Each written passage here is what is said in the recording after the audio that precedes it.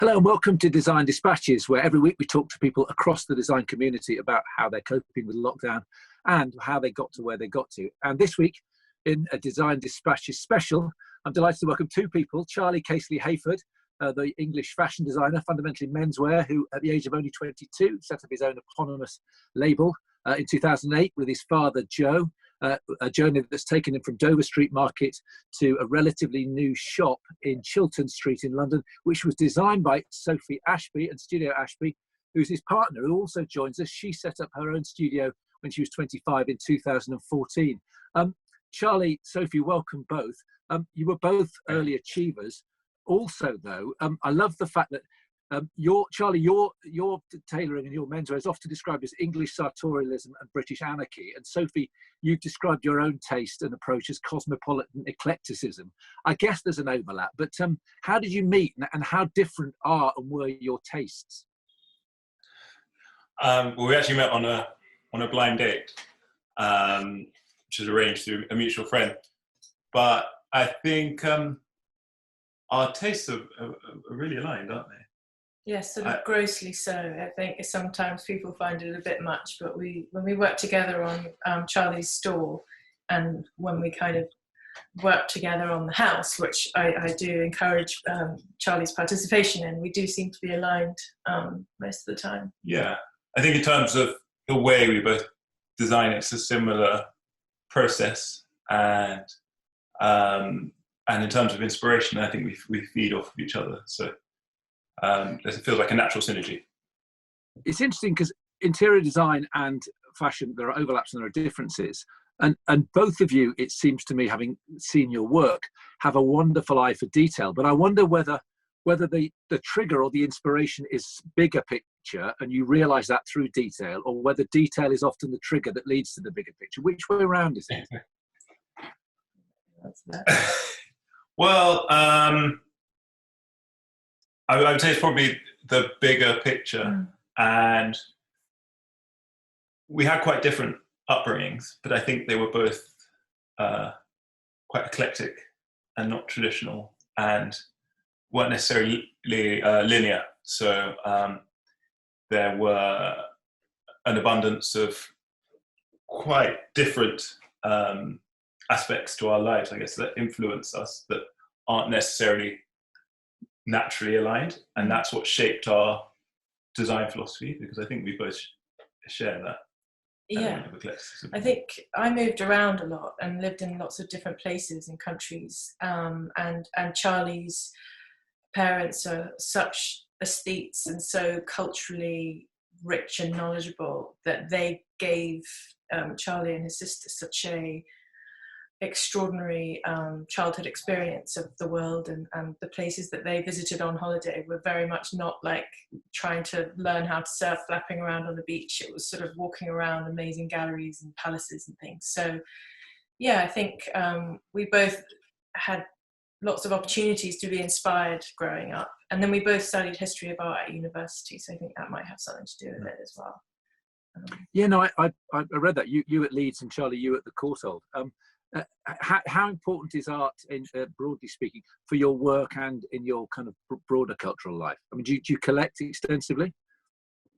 Yeah, we do actually, and it's one of the things I've really spent a lot of time doing during lockdown is buying some art, which seems like a sort of nonsensical thing to be doing right now. But a lot of the art that I really love, or I'm focusing on with our collection, is contemporary African art. And that, you know, I know that a lot of artists and galleries in South Africa are really struggling and have nothing like the infrastructure or government subsidies that we have here to get us through the pandemic. So just been trying really hard to support those artists that I already knew and loved, and I've found lots of new ones as well. So yeah, our house is filled with art, and we've got a little bit more space now in our new place. So, you know, a few blank walls to play with. But in our last home in Television Centre, there was so much we had to patch every single little square centimetre with it. But for me, it's completely central to my process. And we have this philosophy starting with the artwork. And that is how I tend to begin each project. And actually, it's a very similar process for us as well. In terms of the design process, we generally start with art, and then work our way from there. Do you both draw extensively in the realization of your creative visions? I don't, not anymore. It was once my passion, yeah. But no, it's one of those things I'm not very good at doing things that I'm not very good at, and every time I pick up a pencil now, it doesn't come out how I want because I'm so out of practice. But Charlie draws and sketches all day. All the time, yeah. I've got a little notebook I just carry around with me everywhere. So anything that comes to me goes in there. I'm curious about the use, in inverted commas, of art for both of you, but also the role it plays in your lives. I mean, without prying, and that's one of the things about Zoom calls with people's houses. You know, you can see the background. I can see the elegance. I can see the window. I can see mirrors. But you have a very rich, eclectic mix of books and objects and works of art. So I'm getting the feeling that you're not the kind of minimalist.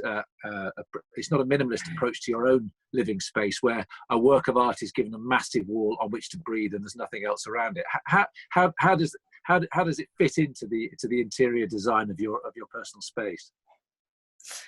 I admire that aesthetic, that minimalism so much, but it's just not something I can get myself to do. I just love beautiful things and objects and stuff too much. I don't like clutter and mess. I like everything to have its place. So overall, it's quite considered and very, very carefully put together. But there are things, and wherever we go on holiday, we buy. Yeah.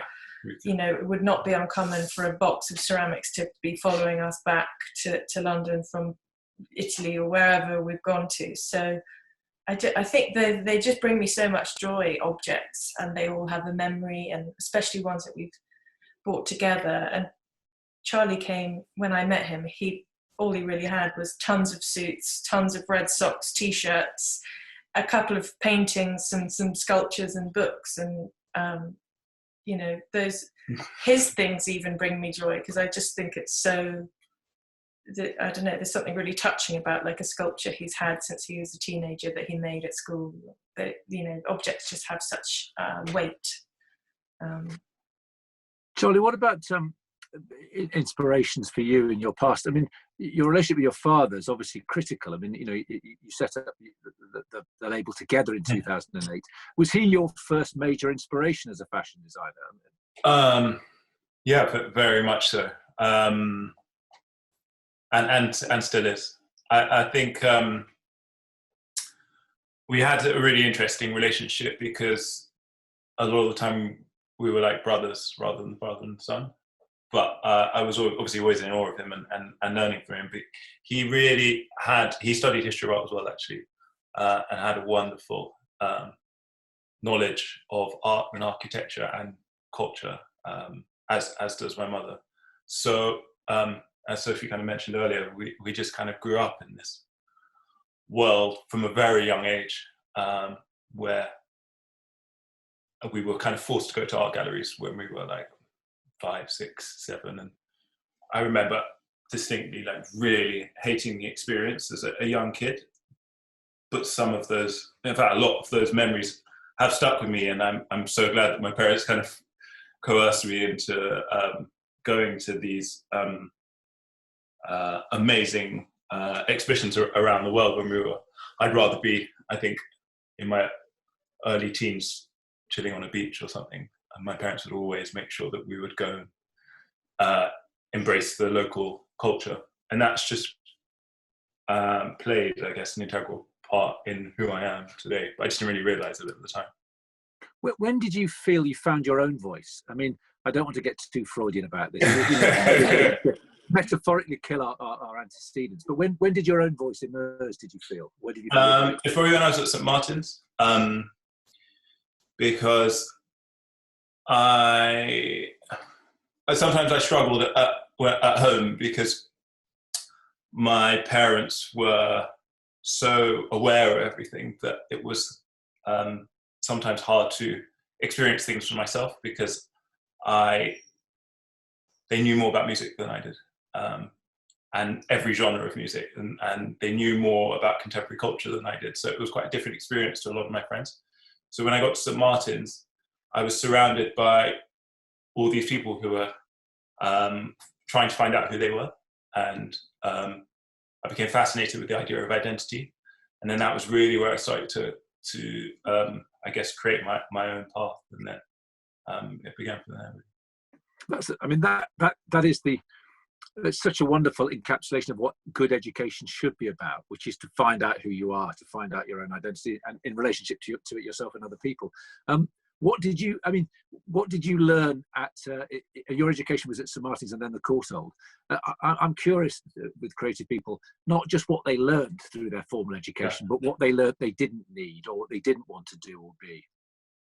Well, I purposefully went to both St Martin's and the Courtauld because I wanted to experience, I guess, the polar opposites of the spectrum. So at St Martin's, it was just, the process was so different because they kind of just threw you in the deep end and they let you do what you wanted, in a sense, whereas the Courtauld was incredibly strict. It was I had quite a classical education, so I studied neoclassicism, and St Martin's was loads of parties, and I think a lot of what I learned was actually outside of the classroom and through the people that I was interacting with at the time.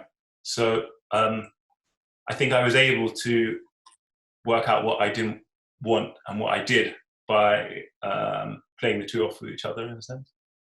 So yeah, English sartorialism or formalism and British anarchy. Exactly there. Amazing. And Sophie, you were at Leeds and then Parsons in New York. Were they poles apart, or was it seem a relatively cumulative process for you that you moved towards formal interior design training? I was one of those lucky people who decided quite young that this is what I wanted to do, and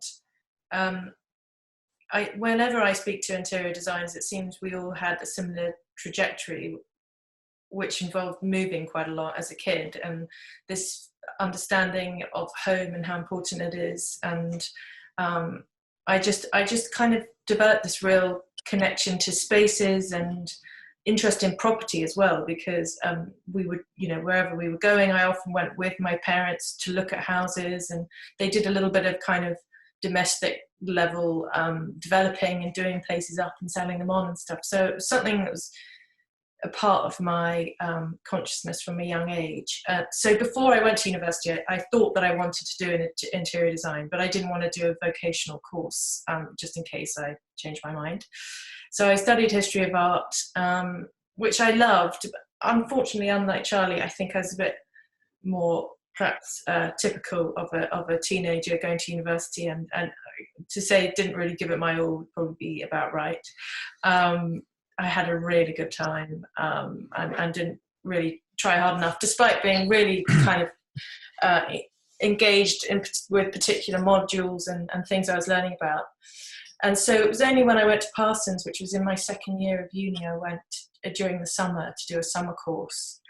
And that's when I had this feeling, I couldn't really have been happier. I was practically skipping there every day. It was just all of my hopes and dreams of what this career I'd fantasized about kind of involved materialized into this course. And my tutors were really young and inspiring, and the whole thing for me was really solidifying in terms of what I wanted to try and do with my future. So Parsons was just really wonderful for that. I really like the idea that there's a common trait amongst the more successful interior designers, that they, in their childhood and adolescence, they moved a lot. So they were constantly inhabiting new places and then moving on. Is that how? The two of you have moved recently. We saw illustrations of your wonderful apartment in the BBC building. Is that pattern going to be repeated in your own lives? Do you make places together to live in, and then you need to move on when it's finished, or is there a genuine sense of wanting to finish something and enjoy it for a bit? It's the, you've asked the million dollar question. When we first met, Sophie was like, "Oh no, you don't need to worry. I'm not going to. I'm not going to do what my parents did." Yeah, and we've moved. Yeah. Four times in 2 years. What, 5 times? Oh, Charlie, the betrayal. 5 years we've moved through 4 times, 3 times. Sure. Yeah, it does seem to be a bit of a problem. I don't know. Maybe I like to think we're at the early stages of our kind of life together, and our need for what we need changes, and also our ability to be able to financially accommodate that need changes, and so things shift. But yeah, I probably do have a slight itchy feet kind of feeling, which I've inherited.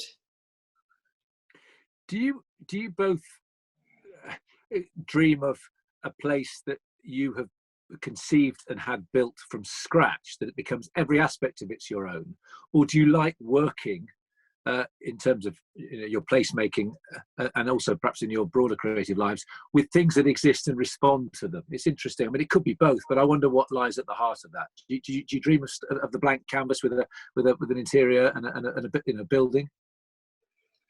I actually don't. I think I love the sort of soul of an old place so much, and the places that we go to that really move us and kind of stick in our memories are, to generalize massively, probably usually older properties. So it's not something, I think as well, I work so much with developers in London, and I do a lot of show apartments and design for contemporary new build schemes. And I don't know, my role is always to just come and try and inject some character and life into these usually quite simple, bland spaces, especially when we're talking about a tower of apartments, perhaps, where it's real cut, copy, paste sort of approach to multiple units. So maybe as a reaction to that, and putting so much energy into transforming these sort of simple contemporary spaces, I really search and long for somewhere with some history. The house we live in now is so rich with history, and I've been buying all these, there are books and articles and stuff about this house, so that is just so fascinating to me. It's like incredibly exciting, and I walk into each room and everything feels like it has a story behind it, so I kind of like that. And how did you approach the Chiltern Street shop together? I mean, start with you, Charlie. This is your London shop. I mean, you found it, and obviously the location's important, and there are business reasons where you want to be where you are. Yeah. But what about the actual sense of the space before you had transformed it, and how did that transformation work together? We very much came to the project with the thinking that traditional bricks and mortar retail is dying a death, and we need to come at it from a different direction that feels like the future of retail. And for us, that was about creating an apartment space that felt intimate, that spoke of experience rather than overt consumerism, and doing that in an authentic way. And what that meant for us on a personal level was emulating aspects of our own home in the store, so that people felt like they were really coming into our environment. And I think quite often, particularly at the luxury level of fashion, stores are quite austere, and they're lifeless, soulless, and often carbon copies of one another. And we felt really strongly we wanted to do the complete opposite of that and create something that felt like a home, and felt warm and inviting. And so I tasked Sophie with that small challenge. And then, yeah, she got to work. Yeah, which is one thing to work with your husband, quite another to work with Joe and Maria Casely-Hayford, who are just so encyclopedic, their knowledge of everything. So yeah, I felt pretty intimidated, but we took real inspiration from their loves and passions as well, and the way that their home is. And Maria is a collector of the most So my mother. yeah, sort of magnificent things, you know, whether it's Fortuny fabric or kind of Baroque furniture or Louis Vuitton luggage or whatever it is. You know, everything she has is so spectacularly beautiful. So it was just trying to imbue the shop with these, make it really personal. Basically, it's a sort of tribute to the Casely-Hayford family, and trying to evoke a sense of home from our own home and Maria and Joe's home. So it's interesting, the shift from the, you know, the retail space, the shop, the high-end shop as a kind of white cube art space, to something you're saying more personal and more home-like. I suppose there are models, though. I mean, yours is supremely individualistic, but I would say things like Colette in Paris or Corso Como, were these part of that landscape of distant inspiration for you? Yeah, probably in the back of my head somewhere. I mean, Corso Como is one of my all-time favourites, and I love that, the sense of that. But we did a lot of research, and you know, we spent quite a lot of weekends walking up and down Bond Street and wherever, sort of Sloane Avenue, Sloane Street, and we just couldn't believe that. Everything just felt like, we also had, you know, we didn't have the budgets that these gigantic brands have, and so we couldn't just coat the place in marble and brass if we wanted to anyway. But it just felt like that was the key decision each one of these brands have made, is whether it's this marble or that marble, or whether it's chrome or brass. And so it did feel like we were doing something a bit off the wall. And the whole way through, like I am with all my projects, I've sort of plagued with self-doubt and can't really figure out if this is all going to come together and work, and only at the end, when other people validate it basically and come in and everyone enjoys the space, do I breathe again. But it did, yeah, it was it did feel a bit different at the time. So the process is often fraught, but you don't have early on a sense of exactly what it is you're working to. You kind of realize that when you get there, and you need it validating from the experience of people using it to make it feel complete. Is that right? I mean, you never let on. I didn't have a clue that you didn't know what you were doing. That's the first time she said that. Sorry, it's the difference between not knowing what you're doing and not feeling confident in yourself. I mean, there's a banister in Charlie's shop which I basically knitted myself with these scrap fabrics. I say we did it together, but I did, and the whole family. I definitely did the majority of the knitting. But you know, you have these mad ideas, and I kept stepping back from it mid knit and thinking, oh my God, is this one of those mad ideas or one of those brilliant ideas? I think it's just the sort of artistic, creative state of self to be a bit hesitant about things. I wasn't for a minute, by the way, suggesting you didn't know what you were doing. Charlie. But, and I mean, in one sense, rethinking retail as you've done, and not having a model where it's dependent on as many people as possible coming into the space, I suppose in some ways, wittingly or unwittingly, prefigures where we're going in the future with retail, certainly in the short term. I just wonder what you think generally the short-term solutions for retail are, or where your own thoughts are about how you're going to reopen and how that's going to play out. It's a question I ask myself every day. I'm still trying to figure it out, because we are getting bombarded with information from the government and from the British Retail Consortium, and trying to sift through all of this information to actually work out what is applicable to us. Because I don't want to lose the element of the human touch, but ultimately, because of what's happened, that is what's going to completely dissipate. So it's a crucial part of our business, because we made that decision to create an environment that would make someone feel very welcome, so that they keep coming back. And we would rather build a relationship with a select client base who know that we understand their lifestyle and their needs, than have the whole world come in once. It just felt more natural for us to I guess tackle the retail dilemma from that perspective. With everything that the pandemic's thrown up, I think what is wonderful is that because we built those relationships, those people are still willing to come back, and whether that means from a digital perspective now, which we're seeing, or finally when the store reopens, the relationship's there. So I feel confident in the way that we've approached the store, and hopeful that as a result of that, we will prosper on the other side. But only time will tell, I guess. Yeah, it's not just blind faith. I think we have to believe that, and I think in the end, our desire for physical experiences and physical things, I mean, that's what we work towards, and we have to believe that will triumph in the end. It's been really great speaking to you both, and thank you for the privileged access, tantalising on occasion, and revelation on others into your space.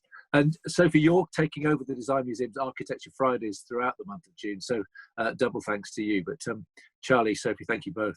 Thank you very much.